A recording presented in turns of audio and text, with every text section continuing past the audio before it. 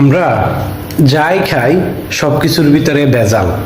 তো আমাদের একটা আস্থা ছিল যে যতই ভেজাল হোক, যতই সমস্যা হোক না কেন, অ্যাটলিস্ট ওষুধ খাই, ওই সমস্যাটা সমাধান করব। কিন্তু এখন দেখেন লাস্ট পর্যায়ে আসি কি দেখতেছি, ওষুধটাও ভেজাল বানাইতেছে। তাহলে আমাদের মতো মানুষ বা আমরা সবাই কি মানে কি খেয়ে বাঁচবো?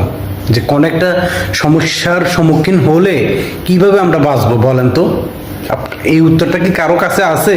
দেখেন শেষ পর্যায়ে এসে দেখি ওষুধটাও আপনার 2 নাম্বার বানাইতেছে, নকল বানাইতেছে, এটার ভিতরেও দান্দাবাজি চলতেছে। তো তাহলে একটা মানুষ কি খাই বাঁচবো আমরা বলেন? অসুস্থ হইলে কিভাবে সুস্থ হবে?